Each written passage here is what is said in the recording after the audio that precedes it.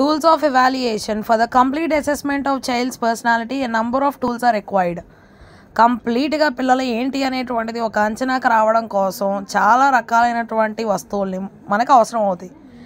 Each evaluation tool measures distinct ability has its own advantages and limitation. సామర్థ్యం ఉంటుంది, ఒక్కొక్క దాన్ని ఒక్కొక్క విధానంలో వాడాలి, దానికి కొన్ని లాభాలు ఉంటాయి, నష్టాలు ఉంటాయి. The various tools of evaluation are oral test.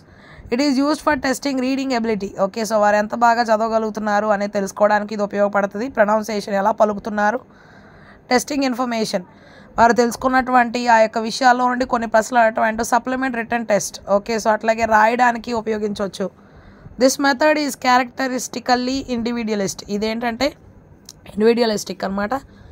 ఇది ఒకరికి మాత్రం ఒకసారి చేయగలిగినటువంటిది అనమాట. Practical test. It is used in practical subjects like science, crafts, drawing, agriculture. Practical test అనేటువంటివి దేనికి వాడతారు అంటే సైన్సెస్లో వాడతారు, ఇంకా ఏవైనా చేయటం. ఓకే, సో సృజనాత్మకతతో కూడినటువంటి కొన్ని చేయడం. డ్రాయింగ్ అంటే మరి బొమ్మలు గీయడం, అగ్రికల్చర్ అంటే వ్యవసాయం, వీటన్నిటిలో కూడా అనమాట.